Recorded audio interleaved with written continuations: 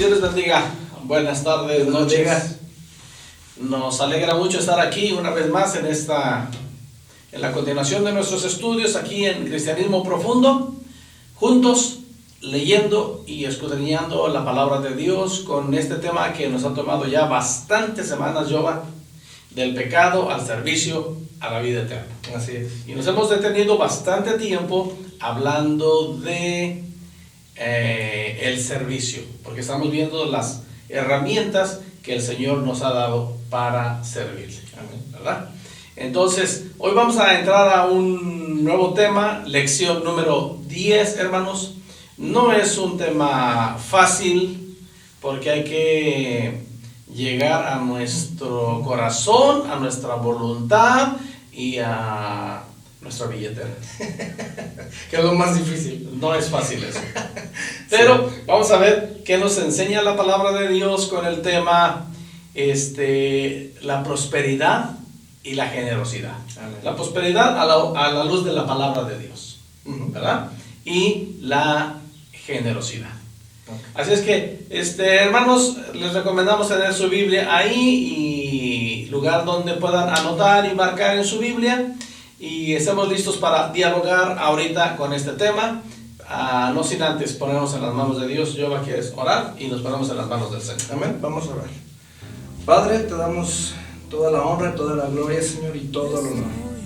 En esta tarde, Señor, oramos pidiendo tu bendición, Padre, en este tiempo en el cual vamos a abrir tu palabra, tocando un tema tan relevante, Señor, para nosotros como tus hijos, como cristianos. Te pedimos en el nombre de Jesús, Padre, que seas ayudándonos a exponer este tema, Padre, de acuerdo y apegados a tu palabra, mi Dios. Y te pedimos también, Padre, que obres en el corazón de cada uno de los oyentes, de mis hermanos que se disponen a ver este video, para que puedan recibir tu palabra, Señor, y atesorar la enseñanza en su corazón. Nos ponemos en tus manos, Padre, en el nombre de Jesús te agradecemos. Amén. Aleluya. Amén. ¿De dónde partimos, Jehová? En esta lección donde vamos a hablar de dinero y generosidad. ¿De dónde partimos? Sí. Bueno, partimos, hermanos, de 2 a los Corintios, capítulo 9, versículos 6 al 11. Y nada más es el punto de partida. Sí, nada más, es el punto de partida. Y de ahí nos metemos. Sí, porque como bien decía, pastor, es un tema que no es muchas veces fácil de tratar, mucho menos por los pastores, porque suelen malinterpretarse las intenciones. Claro, claro. Y hermanos, como decía el pastor, es un tema difícil de tratar para los pastores y de aceptar para los oyentes. Hemos tenido la experiencia de compartir o hablar del Evangelio y la gente acepta el Evangelio de buena gana, entiende que hay un Salvador y eso les gusta. Incluso, pastor, de repente hasta reconocen su condición pecaminosa. Ellos dicen, no, sí, sé que soy pecador, sé que me porto mal, sé que no hago lo que tengo que hacer. Pero cuando les decimos, hermanos, les predicamos, les enseñamos del señorío de Cristo, y que tenemos que entregarle todo lo que nosotros somos, nuestra vida y nuestras posesiones. Y cuando hablamos de las posesiones, es ahí, pastor, donde la mayoría levanta un muro en su corazón, cierra sus oídos, porque es un tema difícil de aceptar. Vamos a estar charlando, como bien decías hace rato, partimos de aquí, de este consejo que el apóstol Pablo le da a la iglesia de Corinto. Pero vamos a dialogar, vamos a leer y vamos a dialogar acerca de la parábola del sembrador. Así es. Y ahí nos explica eso que estás diciendo ahorita, cómo es difícil que nuestro corazón sea sensible a ese tema. Amén. Pero lo único que hacemos aquí, hermanos, es leer la Biblia y charlar en torno a ello. No estamos inventando nada, ni querer manipular a nadie. Claro. Simple y sencillamente es parte, hermanos, de herramientas que el Señor nos da para servirle eficientemente. Amén. Entonces, ¿qué dice el pasaje, yo? El pasaje, hermanos, una vez más les recuerdo, es 2 a los Corintios, capítulo 9, versículos 6 al 11. Dice: por esto digo, el que siembra escasamente, también segará escasamente, Y el que siembra generosamente, generosamente también segará. Cada uno dé como propuso en su corazón, no con tristeza ni por necesidad, porque Dios ama al dador alegre. Y poderoso es Dios para hacer que abunde en vosotros toda gracia, a fin de que, teniendo siempre en todas las cosas todo lo suficiente, abundéis para toda buena obra. Como está escrito, repartió, dio a los pobres. Su justicia permanece para siempre. Y el que da semilla al que siembra y pan al que come, proveerá y multiplicará vuestra sementera y aumentará los frutos de vuestra justicia, para que estéis enriquecidos en todo para toda liberalidad, la cual produce por medio de nosotros acción de gracias a Dios. Muy bien. Amén. Este es nada más, hermanos, el punto de partida, en el cual el apóstol Pablo nos enseña un principio. Aquí el apóstol Pablo está hablando de un principio de la agricultura. Ajá. Y el apóstol Pablo da por obviedad, es obvio, dice el apóstol Pablo, el que siembra, cosecha. Sí. Pero Pablo se fue un poquito más profundo. La proporción de la cosecha es de acuerdo a la proporción de la siembra. Amén. O sea, el principio ahí está. Siembra y cosechas. ¿Cuánto quieres cosechar? Ahí entra la intencionalidad. Así es. ¿Verdad? Donde el apóstol Pablo usa este principio para enseñarnos. Y luego habla del que siembra escasamente, obviamente escasamente cosecha. Uh-huh.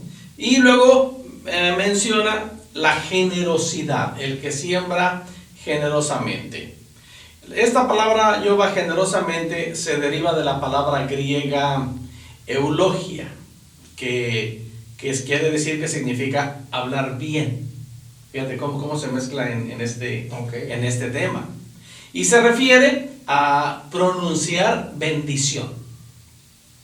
Si un creyente generoso da por fe y confiando en Dios, con el deseo sincero de producir la bendición más grande que sea posible, ese individuo, hermano, sin duda alguna, recibirá el mismo tipo de cosecha en términos de bendición personal. ¿Ok? Dios da el crecimiento, hermanos, conforme a la cantidad invertida en su reino. Si se invierte poco, se recibe poco y viceversa. Ahora, que quede bien claro, hermanos, que al estar haciendo aquí estos comentarios, no estamos hablando solamente de dinero a la iglesia. Claro. Que ese es un principio también. Pero aquí estamos hablando de la generosidad o de la siembra con generosidad, y abarca todo nuestro entorno, Yoba, todo nuestro entorno. Mientras estaba leyendo este comentario, venía a mi mente la bendición que es, Yoba, para nosotros como hijos, sembrar en nuestros padres. Okay. Ahí también se ve el fruto de acuerdo a nuestra generosidad. Entonces, porque ese es un principio el que está usando el apóstol Pablo aquí. Ajá. Y me encanta cómo termina el versículo 7, hermanos. Eso es algo que debe llegar y tocar las fibras más sensibles de nuestro corazón, porque Dios ama al dador alegre. Amén. Al que da con alegría.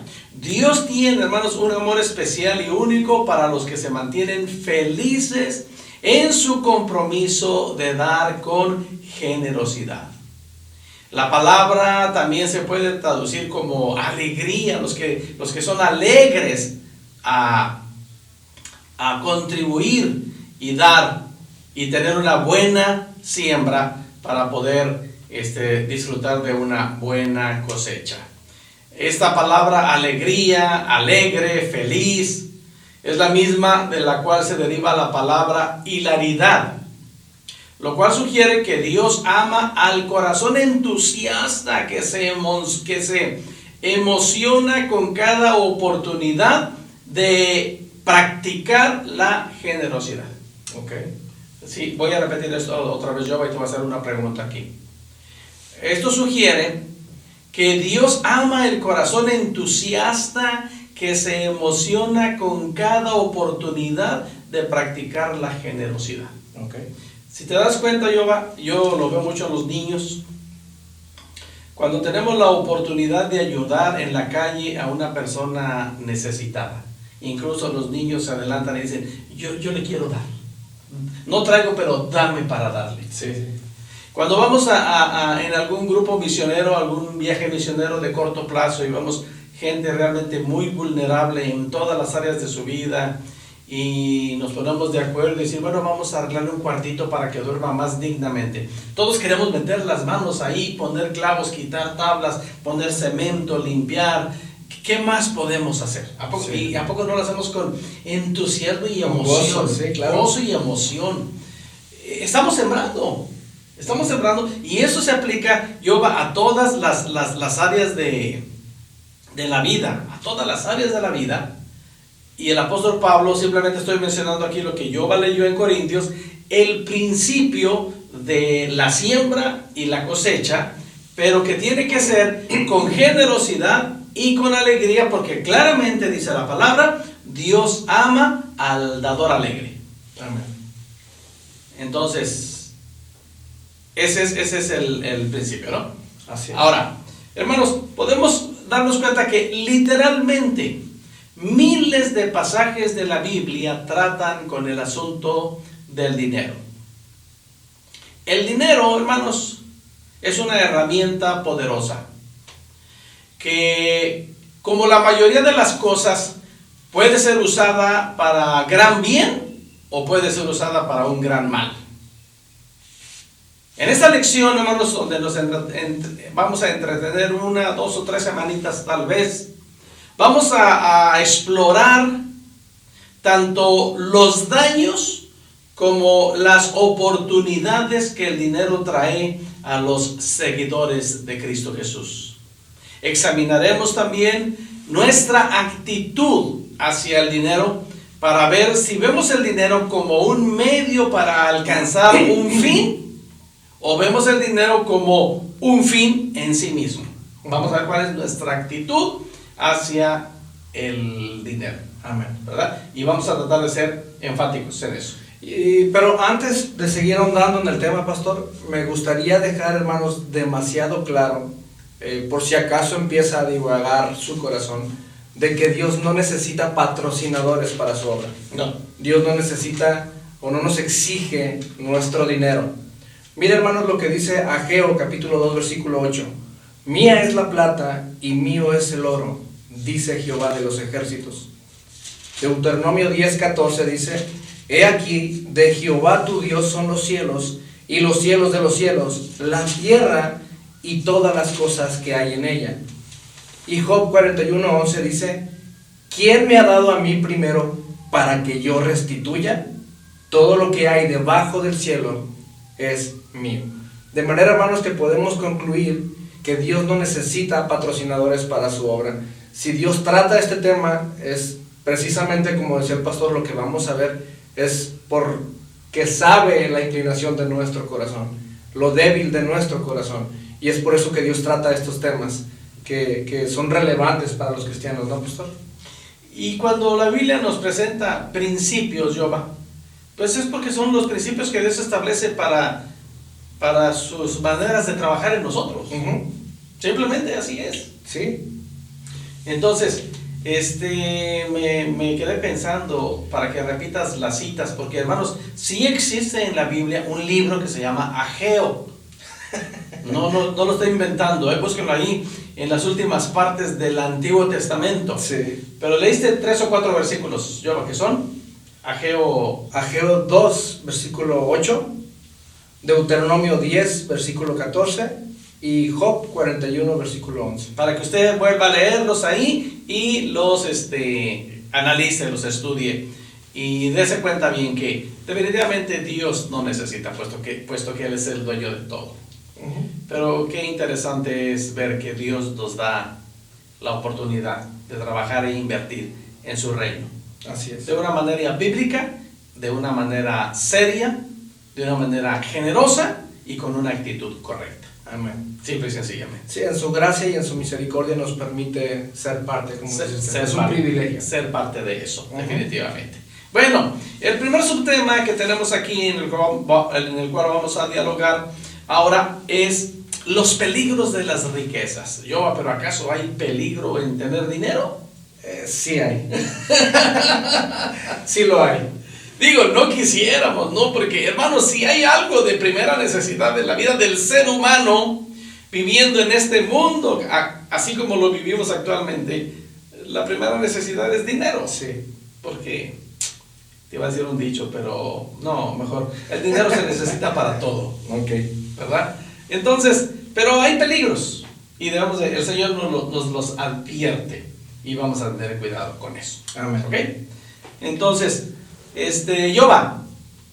en Marcos capítulo 4, en Mateo capítulo 13 y en Lucas capítulo 8, el Señor Jesús enseñó con una parábola que la conocemos en la palabra como la parábola del sembrador. Ajá. De acuerdo a esta parábola, ¿qué cosa puede ahogar la palabra y volverla infructífera en nuestras vidas? Ok. Bueno, hermanos, ya el pastor citó las citas donde se encuentran los pasajes paralelos. El cual voy a leer ahorita es Marcos capítulo 4, versículos 18 al 19. Dice: estos son los que fueron sembrados entre espinos, los que oyen la palabra, pero los afanes de este siglo, el engaño de las riquezas y las codicias de otras cosas entran y ahogan la palabra y se hace infructuosa. Creo que sería bueno partir, pastor, desde entendiendo que el hombre fue creado para tener una relación con Dios, pero debido al pecado, hermanos, esa relación se rompió. Entonces el ser humano tiene un hueco en su alma, un hueco en su corazón del tamaño de Dios, que desgraciadamente por el pecado y por la ignorancia tratamos de encontrar o llenar ese hueco, ese vacío en nuestra vida con diversas cosas. La cosa en la cual queremos enfatizar que mucha gente quiere llenar ese hueco es con las riquezas, con las posesiones, dinero y cosas materiales. Así es. Que sin duda alguna, pues el dinero no es malo en sí mismo, ¿no, pastor? No, claro, y la Biblia lo dice. Claro. Más bien, hermanos, es la actitud de nuestro corazón. La intención con lo que buscamos, cuánto nos afanamos por ese dinero, y que incluso puede llegar a ser que la palabra de Dios dé fruto en nuestra vida. De la mano a lo que el pastor Jova está comentando ahorita, hermanos, no olvidemos que tenemos un enemigo muy poderoso hablando de la guerra espiritual. Y la guerra más grande que existe entre las fuerzas del bien y del mal es por las almas de la gente. Sí. Simple y sencillamente. Entonces, cuando viene la palabra de Dios a nosotros, hermanos, cambia nuestras prioridades. Pero el enemigo tuerce nuestras intenciones y desvía nuestro corazón. Y de aquí que cuando una persona recibe la palabra de Dios, escrito está, hermanos, que siempre hay resultados de recibir la palabra de Dios, puesto que en la misma Biblia leemos que la palabra del Señor no vuelve vacía. Claro. La palabra de Dios cumple un propósito por el cual Dios la envía, usa a sus siervos para comunicarla, la gente recibe la palabra de Dios y en ese momento hemos visto vidas quebrantadas, hemos visto personas llorando, hemos visto personas conmovidas, hemos visto personas confesando faltas, diciendo: sí, yo necesitaba esta palabra, me llega en este momento oportuno, si yo recibo esa palabra de Dios. Pero los afanes, de este siglo que está gobernado por el príncipe de las tinieblas, el príncipe de este siglo. Entonces, los afanes de este siglo, el engaño de las riquezas y las codicias de otras cosas entran en la persona que estuvo llorando el domingo en el altar y ahogan la palabra que se recibió. Y muchas veces, hermanos, al salir de la puerta principal de la iglesia, empieza a hacer efecto el engaño de las riquezas, los afanes de este siglo, las codicias de otras cosas, empiezan a ahogar la palabra de Dios. Al salir del templo, ya no se diga mañana lunes, porque uno dijera, bueno, es este domingo para que el Señor siga trabajando en su vida, pero no, hay un enemigo un enemigo que nos hace poner en primer lugar los afanes de este siglo, de este mundo, de este lugar donde vivimos. Así es. Y eso nos lleva también a pensar, vamos a estar hablando de la preocupación, de los afanes, de la codicia, de la insatisfacción, del deseo de tener lo que otros tienen. Claro, la envidia, los la celos. envidia, sí, la codicia. Porque salimos e inmediatamente, hermanos, pues, hermanos, en todos los lugares pasa. Tenemos en nuestra iglesia, hermanos, personas que llegan en autos sacados de agencia, bonitos, últimos modelos, que en este tiempo de calor se suben a su vehículo y lo primero que hacen es encenderlo y ponerle su temperatura adecuada, y carros que no hacen ruido, prácticamente no están sucios, o sea, se ven bien los hermanos bendecidos. Y luego yo me subo a mi carro que hay que pasarle corriente para que arranque, y luego el tanque de la gasolina ya está prendiendo el foquito, todo le suena menos el claxon. Y luego la temperatura, tengo que bajar el vidrio porque pues, no tengo para regular un clima artificial. Y entonces el enemigo usa ese momento para decir, mira, entonces viene la codicia, viene el afán, viene el engaño de las riquezas. Y lo que recibí de la palabra, que me hizo llorar, que me hizo reconocer, que me hizo decir, sí, yo necesitaba esta palabra, se ahoga y no da fruto. Hablando exactamente de lo que usted dice, pastor, Satanás, nuestro enemigo, el enemigo de nuestras almas, sabe qué tan exitoso es esta táctica de las riquezas, que incluso fue capaz de tentar a nuestro Señor y Salvador Jesucristo con esto, ofreciéndole reinos y ofreciéndole riquezas. Y obviamente no había oportunidad, no tenía oportunidad con Jesucristo, pero con muchos de nosotros sabe que tal vez es nuestro lado flaco. Y un ejemplo de lo que dice el pastor lo podemos ver en la palabra de Dios con el joven rico, pastor, que era una persona que aparentemente quería seguir al Señor de buena gana, sinceramente, pero a la hora de ser confrontado con su corazón, diciéndole que vendiera todo lo que poseía, por la actitud que tomó, por la actitud de su corazón, vemos que ese joven tenía un problema con las posesiones, con las riquezas. Oye, pero ese muchacho de que estás hablando, narra la escritura que era religioso. Sí. Porque el Señor le dijo, guarda los mandamientos de la ley, todos. Y entonces el Señor dice, déjame llegar a tu corazón. Sí.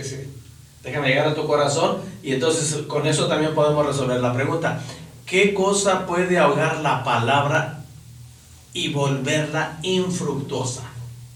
Es precisamente eso. Es lo que le pasó a ese joven. Estaba platicando con el creador del universo y se quiso ver más vivo que el Señor. Pero el Señor le dijo, déjame llegar a tu corazón. Sí, estaba autoengañado este joven. Estaba autoengañado y pensando que podía burlar al Señor. Sí, ¿verdad? Y se nos olvida un consejo que nos da el apóstol Pablo cuando dice, no se engañen, de Dios nadie se burla. Lo que el hombre siembra, eso cosecha. Entonces, aquí tenemos esta respuesta tremenda, hermanos, en esta parábola, que nos enseña los tipos de tierra y los resultados que tiene el que permitamos que la palabra de Dios haga efecto en nuestra vida y de fruto, o que permitamos que los afanes de este mundo y el engaño de las riquezas estorben la palabra que nos fue hablada, nos fue sembrada, y esta se convierta infructuosa. Así es. ¿Ok? Pues entonces, pastor, ¿cuáles son algunas preocupaciones de la vida que pueden ahogar la palabra de Dios? Hermanos, es un mensaje bien poderoso, hermanos, que encontramos en el Evangelio de Mateo, dentro de lo que conocemos como el Sermón de la Montaña. Acuérdense que el Sermón del Monte está en los capítulos 5, 6 y 7 de San Mateo, y trata aquí este tema, Jehová. Las preocupaciones de la vida que pueden ahogar la palabra del Señor en nuestra vida son estas. Dice Mateo capítulo 6, versículo 25. Jesucristo dice: por tanto os digo, no os afanéis por vuestra vida, qué habéis de comer o qué habéis de beber, ni por vuestro cuerpo, qué habéis de vestir. Pregunta el Señor. Después de decir, hermanos, no os afanéis pues por vuestra vida.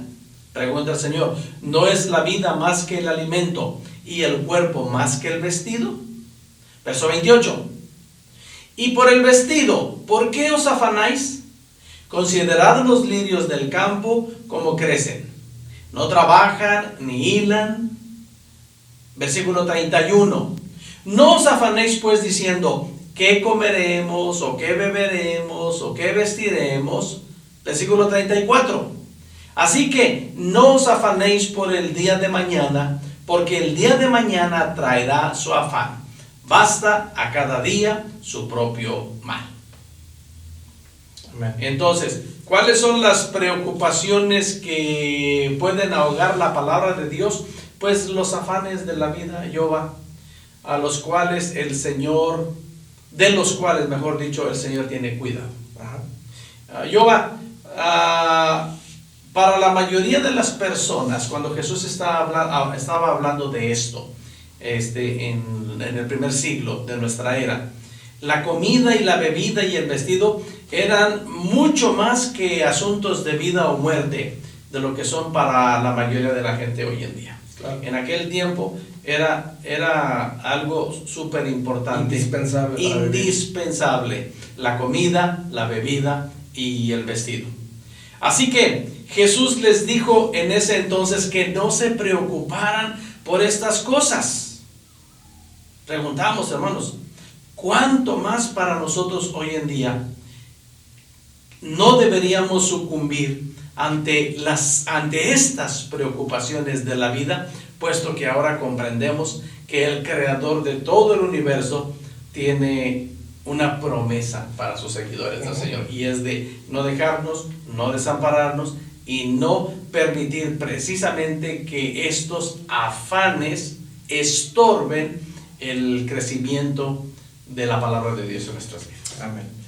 Creo que tenemos que entender, o sería de muchísima ayuda, hermanos, entender que no vivimos, o más bien nosotros como hijos de Dios nos regimos bajo la cosmovisión cristiana. ¿Qué significa esto? Que creemos todo lo que dice la palabra de Dios. Realmente confiamos en el Dios que está plasmado aquí en la palabra de Dios. Y ese Dios ha dejado promesas en su palabra. No nos regimos como el mundo lo hace, no nos afanamos, o no deberíamos de afanarnos por las cosas que aquí nos mandan a no hacerlo. ¿Por qué? Versículo 32 dice, porque los gentiles buscan todas estas cosas. Es decir, los incrédulos, los que no conocen a Dios, los que no depositan su confianza en Dios, porque la palabra de Dios dice más adelante, buscad primeramente el reino de Dios y su justicia, y todas estas cosas os serán añadidas. Hermanos, si nosotros creemos realmente en la palabra de Dios y ponemos como prioridad el buscar el reino de Dios y su justicia, Dios promete, pastor, Dios promete en su palabra añadir todas estas cosas a nuestra vida, para que podamos vivir sin afán y sin preocupaciones. Y no estorbar el propósito de la palabra de Dios, que es hacernos crecer en Cristo. Claro. Por estos afanes. Así es. Me gustaría, hermanos, puntualizar de esto que acaba de comentar aquí el pastor Jehová. Y si tiene su Biblia ahí, y para usted no es pecado poner una marquita en su Biblia, yo quisiera animarle, hermano, a poner una marquita en esto que acaba de comentar Giovanni, porque es muy importante. Podemos leer, estamos leyendo salteadamente Mateo 6, 25, 28, 31, 34. Pero está el mensaje enfático, hermanos, en el versículo 31, sin interrupción, donde dice: no os afanéis pues diciendo qué comeremos, o qué beberemos, o qué vestiremos, porque los gentiles buscan todas estas cosas, pero vuestro Padre Celestial sabe que tenéis necesidad de todas estas cosas. Y luego está este consejo maravilloso: mas buscad primeramente el reino de Dios y su justicia. Ponga esta marquita ahí, hermanos, donde dice: y todas estas cosas os serán añadidas. ¿Por qué hago este énfasis, hermanos? Normalmente este versículo lo escuchamos de esta manera, Jehová, sin citar los textos arriba. Escuchamos esta expresión o tratamos de dar este mensaje: y todas las demás cosas serán añadidas. Busca a Dios y todas las demás cosas serán añadidas. Y la Biblia no dice todas las demás cosas, porque entonces en ese todas las demás cosas nos vamos por afanes más costosos. Claro. Y el Señor fue bien claro: ¿qué comeremos? ¿Qué beberemos? ¿Qué vestiremos? Busca primero el reino de Dios y su justicia, y estas cosas están ahí por añadidura. Así es. Y eso el Señor se lo dijo a la gente del primer siglo, que batallaban para comer, para beber y para vestir. ¿Cuánto más nosotros ahora, hermanos, que nos podemos dar el lujo de decir: ay, esta no me gusta porque no me combina, esto no me gusta porque no me gusta el sabor, esta agua no me gusta porque no tiene azúcar y un sabor que quieras ponerle? Claro. Si tenemos una botella de agua natural, bendito sea Dios. Si tenemos tortilla con chile y frijoles, gloria a Dios. Si tenemos una camisa, una chamarra para ponernos, gloria a Dios. El Señor empeñó su palabra en decir: busca primeramente el reino de Dios y su justicia. Escucha la palabra de Dios, recibe la palabra de Dios, no estorbes la palabra de Dios, y estas cosas, esto que acabas de decir, viene por añadidura. Amén. ¿Cómo ves, yo? Pues me encanta esta idea, pastor, y también entendiendo, hermanos, de que si nosotros como hijos de Dios nos afanamos, nos preocupamos demasiado por estas cosas, pues de alguna manera manifestamos falta de fe, falta de confianza. Y de conocimiento de la palabra. Y de conocimiento de la palabra de Dios, obviamente. Entonces, hermanos, si usted se da cuenta que usted vive afanado, vive preocupado por estas cosas, doble sus rodillas delante de Dios y pídale perdón, no para salvación, pero sí pídale perdón por dudar, por su falta de fe, porque Dios ha prometido en su palabra que lo busquemos primeramente a Él y su justicia, y esto va a ser añadido. Amén. Desgraciadamente, hermanos, lo que no podemos añadir más es tiempo. Y tenemos que hacer una pausa aquí, hermanos. Pero miren qué interesante. Seguiremos platicando de el peligro de las riquezas la próxima semana, con la ayuda del Señor. Amén. Vamos a orar, hermanos. Querido Padre y Dios nuestro, gracias por tu palabra. Gracias por permitirnos leer las Escrituras, dialogar en torno a ella, darnos cuenta, Señor, de que todo lo que nos rodea también está cargado de peligros y de dificultades. No hay nada más seguro en esta vida que tu palabra y tu presencia en nuestras vidas. Ayúdanos, Señor, a entenderlo. Ayúdanos a depositar nuestra fe y nuestra confianza en ti. Ayúdanos, Señor, a creerte y a creer a tu palabra y no dejarnos engañar por los afanes de este mundo. Padre, que todos nuestros oyentes sean bendecidos con la palabra de este día.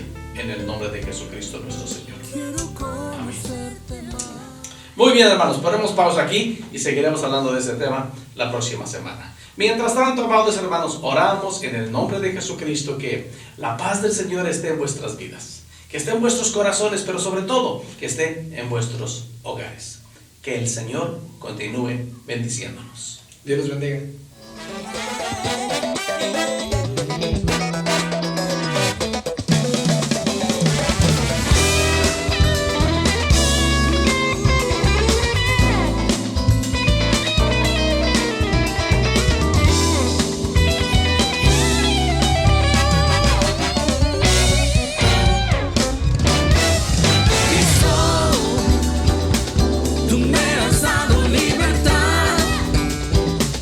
Quitaste toda mi maldad, me has dado salvación, sanidad y perdón.